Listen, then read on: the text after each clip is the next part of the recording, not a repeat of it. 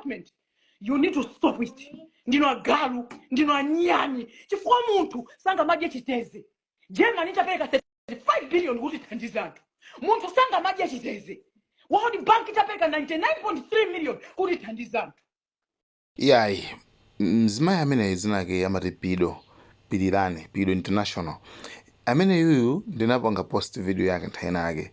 Anthu anandifunsa materials kuti ayi mutiuze kuti fati mudziwe activist ameneyu makuti yosi ndiyeno lero ndakubwesani video imene iyeyo azilongosola tinakambanso nthawi kuti anapulumutsa andi organization ya international yopulumutsana anapulumutsakonso anthu ku Omani Amalawi komanso Amalawi yothandiza Amalawi tingotero activist amene tundu wamphamvu ndithu ndeti mudziwe timuonere kuthekanso amene tili kunjafe nthawi zina timatha kumani mavutana ndiyena ndithu athaso kutithandizaso. Guys, thank you. For the sake of Minister Woodzwani, I think let me give you this opportunity just to introduce yourself. Tisa nayambe nkani yathu yalero ifa yalero it's hot. Chabwino. Zina langa ndine Pilira Ninyoni.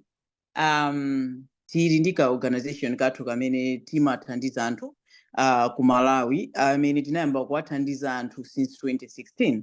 But 2016, 17, 18, 19, 20, kwina konse kuti mangopanga operate with a certificate komano titafika no ku chakunoko kuno 2023, 24 ndi pamene tinapanga register kuti tikhale ndithu okhazikika poona mmene anthu akuvutikira kuti no there are many Malawians because we operate the 28 districts akufuna thandizo lathu ndithu ife silipanga nawo za sankho za tribalism koma timayang'ana kuti Malawi wina aliyense amene wavutika we might not help them financially komano nthawi zina zake only our words only us to help when we listen to nkhani yawo kuwathandiza timathaso kuwapasa like a capital because someone's encouragement can be someone's capital to start up from there. Ndiye ndithu ifeyo tikuthandiza ku Malawi konse kuja ndithu.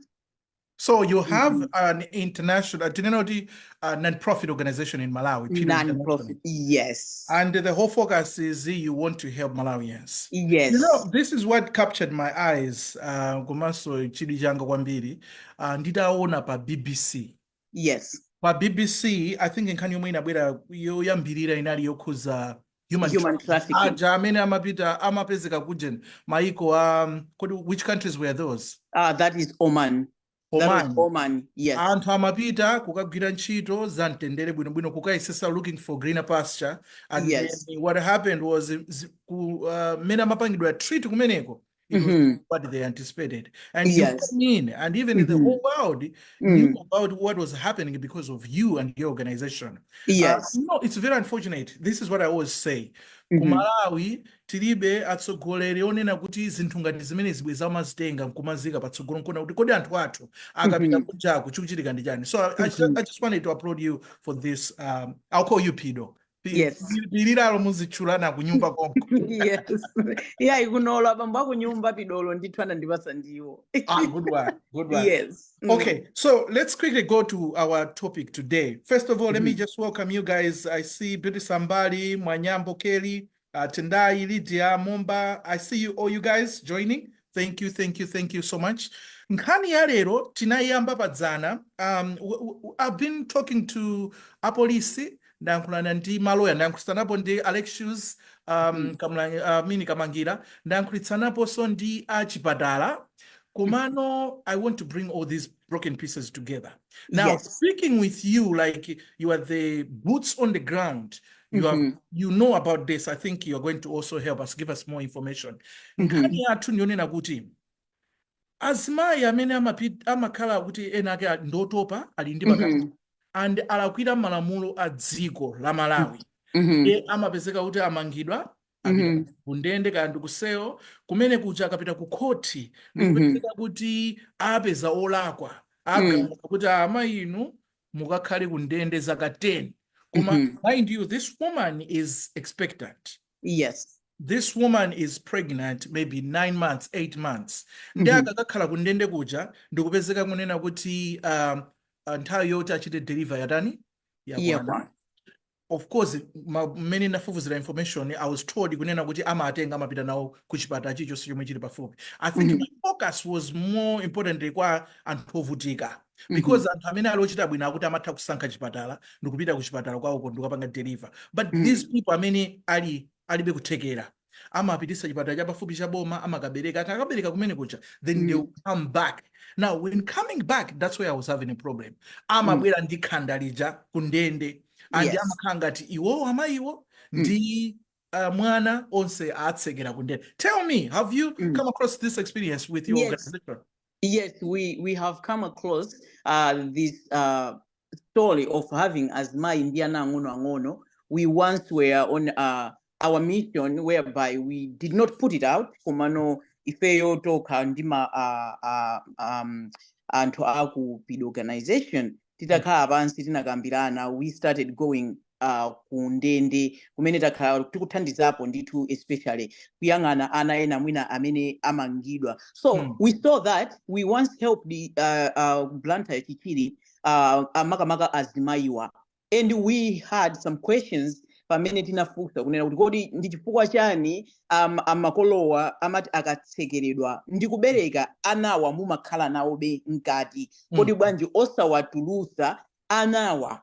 Okay, so the problem here is anthu amene amapezeka kunena kuti amangidwa aja ifeyo no what we find anthu ambiri amene amapezeka kuti amangidwa aja amati akamangidwa chonchija kugamulidwa let's say akhalako 11 to maybe 12 years achibale ambiri amabwerera mbuyo chifukwa chimene chimayeneka kuchitika anthu aja ana aja umayeneka kunena kuti mukambe nawo like maybe to go through social welfare mmene timapangira ma process aku Malawi including ndi anthu osaja ogwira ntchito when it comes kwa munthu amene wamangidwa. I'm talking about every department imene ikuyeneleka ndithu kuti ikhale involved poziwa kunawo kuti people are just trying to help kumuchosa mwanayi malongati amene aja because mwanayi sizi kumukhuza.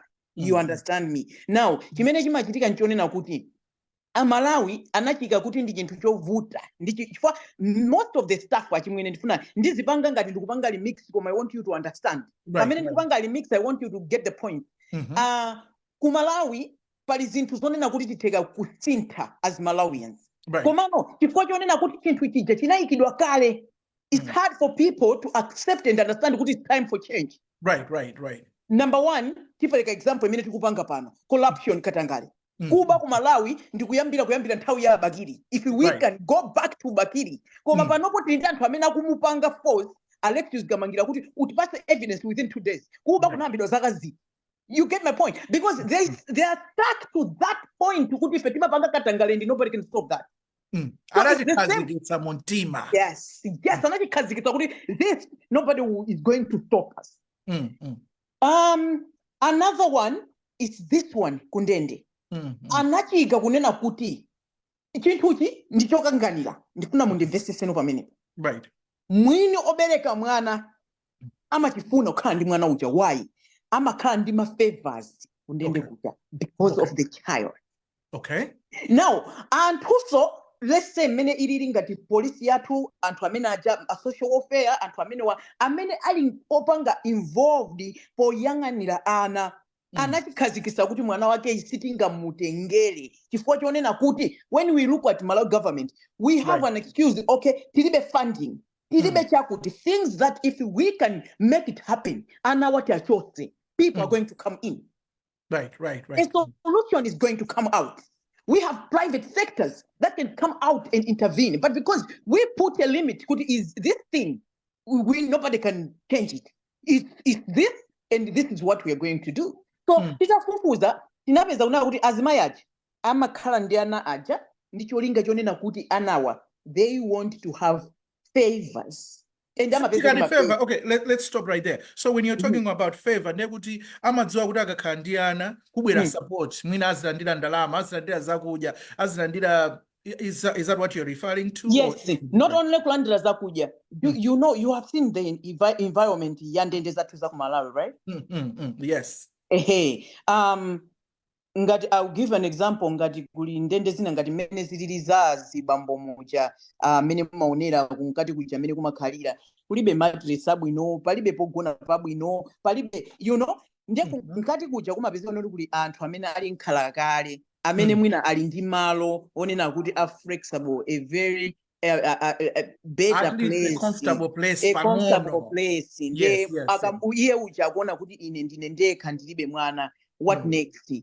Humanity amapezeka noti akumuuza iye uja kuti bwerani muzagone apa Chifukwa ndi muli ndi mwana, mwana. mafavors ngati amene aja ainake aja sammachilolanso kuti anawo aja mwatenge.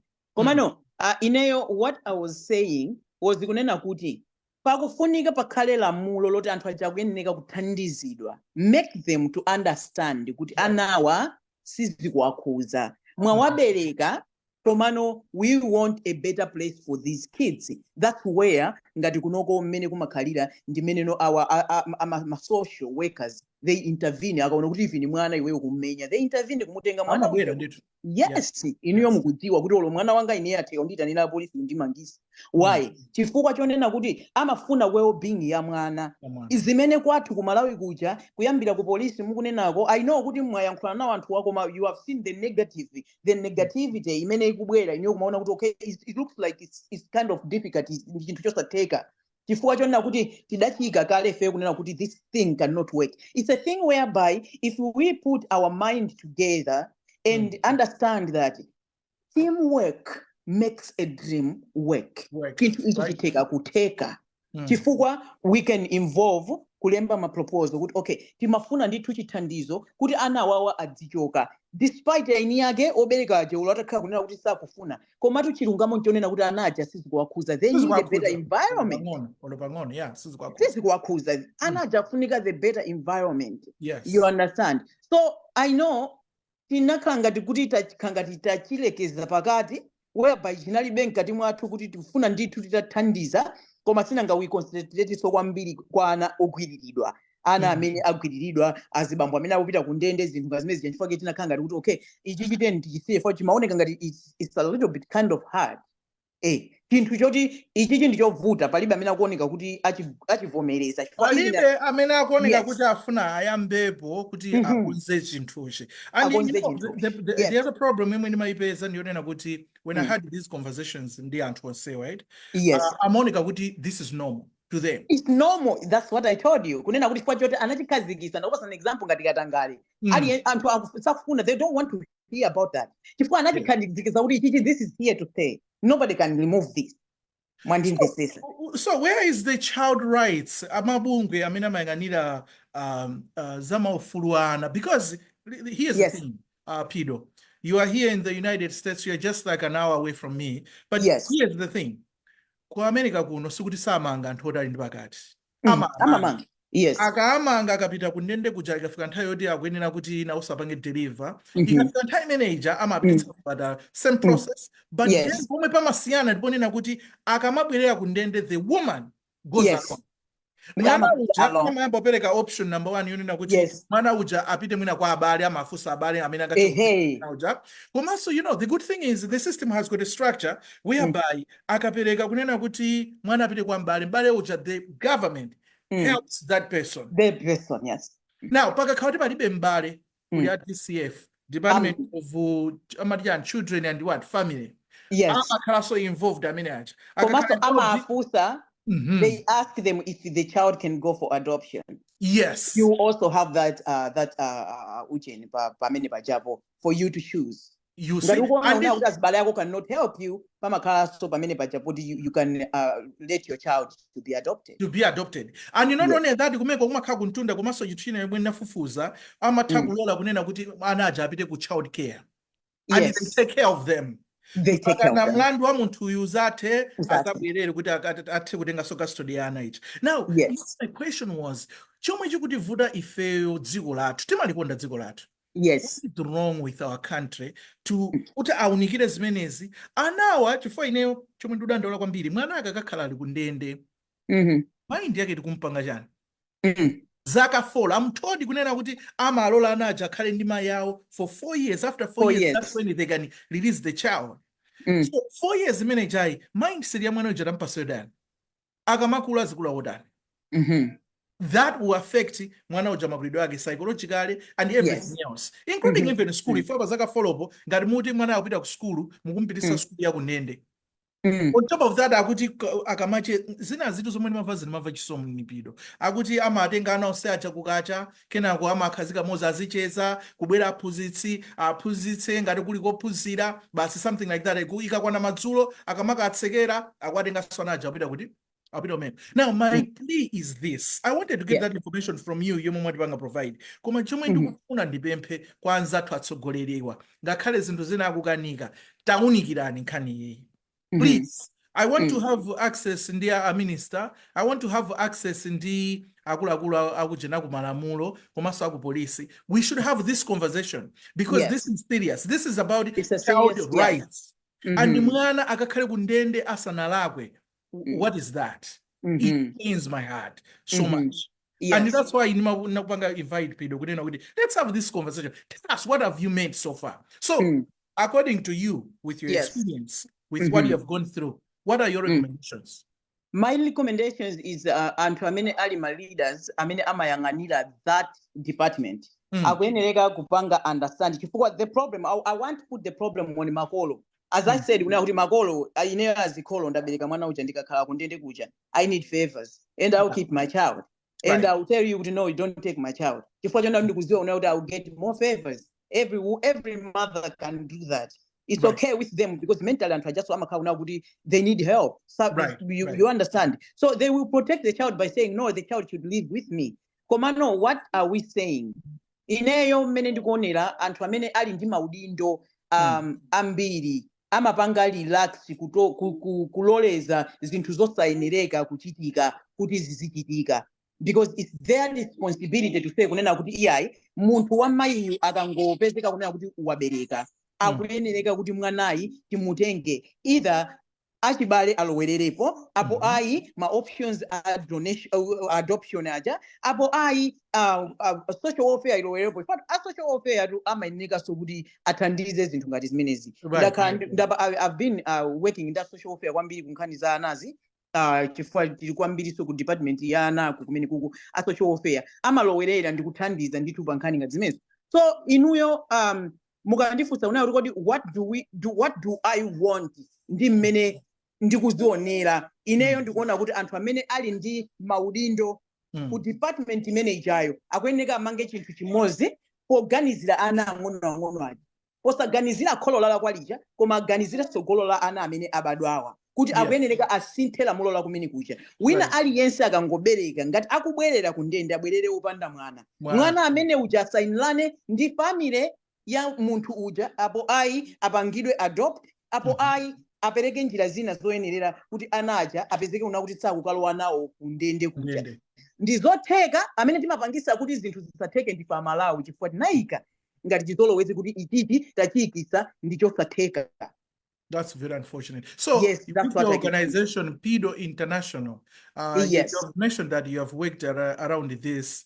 And hadafuna kuthandizeni organization yanu kuti muthandize zinthu ngati zimenezi. How can they help you? And how can they help your organization to make sure kuti mukuthandiza? Ndikuona message apa kutoka kwa Mwandira Weze akuti this is where organizations that promote children's rights need to come in so that they lobby and advocate for protecting such children's rights and change is a process imaenda in stages. And I agree that anawa amakhala victims of nkuyu zoja makolo ao or agogo ao zobodana. So you as on behalf of PIDO International, commerce on behalf of other organizations, I mean yes, sajifanka ni idu komenda imva ndava ku organization inaso. Anapita anakapesa adi antwena anamangidwa 4 years imene iso tizakamba tsiku lina anamangidwa mwina 4 years ali ndi akwena kupanga save 7 years or 10 years koma anaba nkhuku imodzi anamba imodzi yeti pa zikulu zikuba kubomazi zikukhala kunja bwinobwino. So that is a topic for another day. So what would you say angakuthandizani bwanji? Tabwino ifeyo kutithandiza tili ndi we have a very big plan pa zinthu zimene tikufuna titapanga. For example, we already scheduled zinthu zingapo zimene tikuyeneka tipange especially ana amene amagwiriridwa chifukwa ana aja amati akagwiriridwa mostly akakhauna kuti mwina ndi uncle wawo amene amagwirira ulo abambo awo wabereka amene ulo Mm. kapena mwina ndithu mulongo wawo wa amayi amanena kuti iya zimene zitisiye ntizikambirana pachani pa family komano I am happy to tell you kunena kuti kumalawi mwina azibambo okwana 50 panopo mwina I'm not counting komano tizithamangira kunamba imene yoyo amangidwa because the organization yapanga intervene timatenga anaja panopo kupanga maplani a safe home ya anaja kuti azikhala otetezedwa. So when it comes to nkhani izizi fortunately kuti tinaziyamba koma titaona kunena kuti anthu akuoneka kuti nobody is responding and everyone is comfortable kuti no this is what is supposed to be. What I can say kunena kuti anthu amene angathe kutithandiza they can help us. What we need is to build. Right. These innocent children, they need a place whereby a very safety place like the way we have ngatimwina ma elderly homes aja. I mean, actually, it's a huge thing if I start saying, Kodi, what do we need? We need more than you can imagine. As PIDO organization, we are into human trafficking, child trafficking.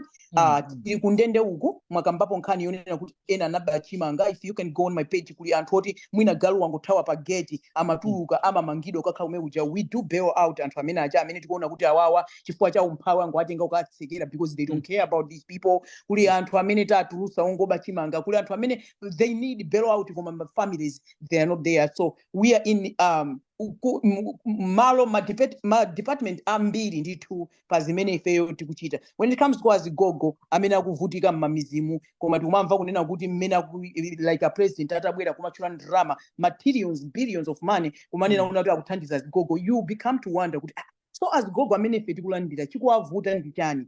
Komano we can say kunena kuti most of the times people they have an excuse of saying kunena kuti okay, some afuna kuthandiza PIDO organization because they're thinking PIDO organization indine. No, PIDO organization muli anthu amene ali mu PIDO organization. I'm just the founder. Yes. So if they are refusing to help PIDO organization, looking at me, zimene ni mapanga my personal life when I come ali PIDO amapanga ndale amene tisamuthandiza. Ine suandale munaona bwene chipicture chionena kunena kuti my MP you haven't. So ndima ima pa chilungamo ine ndimango ima pa chilungamo. I speak pamene ndikuona kuti apapa ichi ndi chilungamo. That is my opinion. You have you can argue with me, it is okay, but I'm not going to change my mind because you want me to believe what you are telling me. Exactly. My opinion still stands the same. So what am I saying? If Malawians or anyone is failing to help PIDO organization, I want them to know this, Achimweneanga. They are refusing to help Malawians because I'm just a founder of PIDO organization. Right. My children have food. My grannies have food. Yes. My parents were well taken care of before they died. Right. Now, we are PIDO found to help poor Malawians. Now, if they come to see me on the page and they're failing to help PIDO organization, that's their problem. That's their problem. They're failing to help Malawians. Yes. So, what I can say, yes. Let me tell you, amina na food nena comment manager Mwandira Wezi. Yes. Waninaso comment yonena oti kumaso such children amakhala exposed kuzochitika zoyipa. Thank Out is many zimachitika in our prisons. As that sanga kule anaja molongo soka chifukwa the environment imene abadwira imene akuliraso which is psychologically they are affected. Behavior also imapezeko ndi atingaso malo pamene bati. But you know what? I know antwena akuzana kuti PIDO mwina amaima pa chilungamo kapena amanena boma ka amanyoza boma koma I want to talk about the organization itself, not only PIDO International but also other organizations that are working so hard to make sure kuti zinthu ngati izizi tizimanga out. Ndiye kodi PIDO International, how can they find you? How can they, more especially the organization, how can they ngati pali ena amene akuona kuti ankhani iyi olozale unatithandize tingathandize bwanji? So let's look at that. If you have that, tipange choncho nali ndi ena lero mafuna tiyeze ndi akuti akufuna atakhala president, so I'm going to have a chat right after this call kuti ndiyamve kuti kodi iwo akubwera ndi zodani kumalawi. Go ahead. Okay. So Ineyo, what I can say is kuti thandiza atheka kutipeza ma offices athu ali kwa Vumbwe. We are in Vumbwe. We have a PO box. They can write us. I think after everything, I'm just gonna send you so you can put on your page. I mean, if they need help from a PIDO organization, we have. Yeah, we also have our Gmail, PIDO International Organization at gmail.com. They can write us also. We are still growing. We have our numbers there. I think we have our Malawian numbers also, Airtel and TNM. We have our Malawian numbers there. There are some people who want to speak with me straight. My number is open. My Facebook that I use, PIDO International. PIDO International, that's not an organization. We have also a page that is PIDO International, PIDO Organization, PIDO International Organization. They can like me there also. Komaso, if they can use my WhatsApp. My WhatsApp is also open. I think I have it also on PIDO International page. Give us the number.